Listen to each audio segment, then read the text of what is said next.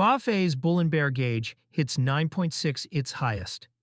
Since December 2020, Bank of America's bull and bear indicator climbed to 9.6, its highest level since December 2020 and the third highest reading on record, according to a July 23, 2026 post from Cointelegraph citing the bank's latest flow data.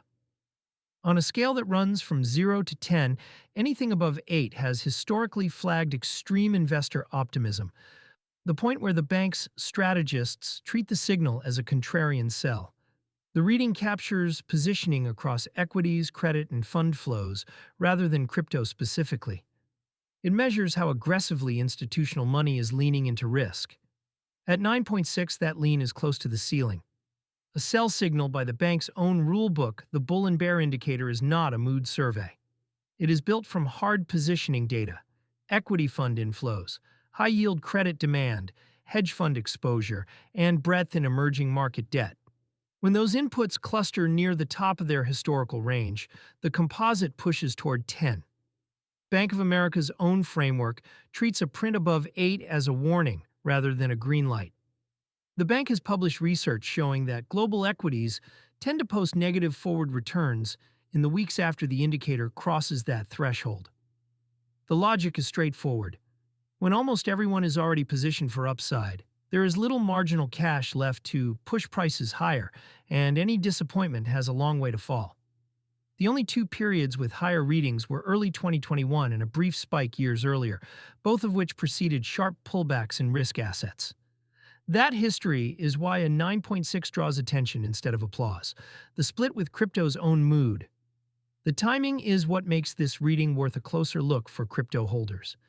As of July 23, 2026, the Crypto Fear and Greed Index sits at 39, squarely in fear. Bitcoin trades at roughly $65,595, down about 1% on the day and up 1.4% over the week. Ether is near $1,019, off 0.6%. Solana sits around $77. EtherFi's home chain nowhere near euphoria territory. So institutional risk appetite in traditional markets is near a 3-year peak, while crypto traders are defensive. That divergence can resolve two ways. Either traditional market euphoria spills into crypto and drags sentiment up, or the contrarian signal plays out. Risk assets cool broadly, and crypto follows equities down, as it often has during macro drawdowns. Neither path is guaranteed. The indicator has been early before, staying elevated for weeks while markets kept grinding higher.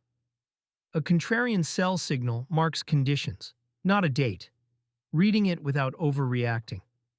For anyone holding crypto or spending from a card funded by volatile assets, the practical takeaway is narrow. A stretched sentiment gauge is a reason to check risk, not to make a sudden move. This is market context, not financial advice.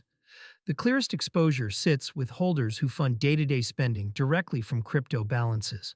A card that pulls from BTC or ETH at the point of sale means a market drawdown, quietly shrinks purchasing power between the swipe and settlement. Cards that let you spend from stablecoin balances sidestep that specific risk, holding value flat regardless of where BofA's needle points. Holders who prefer to keep assets in their own custody can compare non-custodial spending options that avoid parking funds with a third party during choppy conditions. Cards that require staking a volatile token to unlock rewards carry the sharper version of the same problem.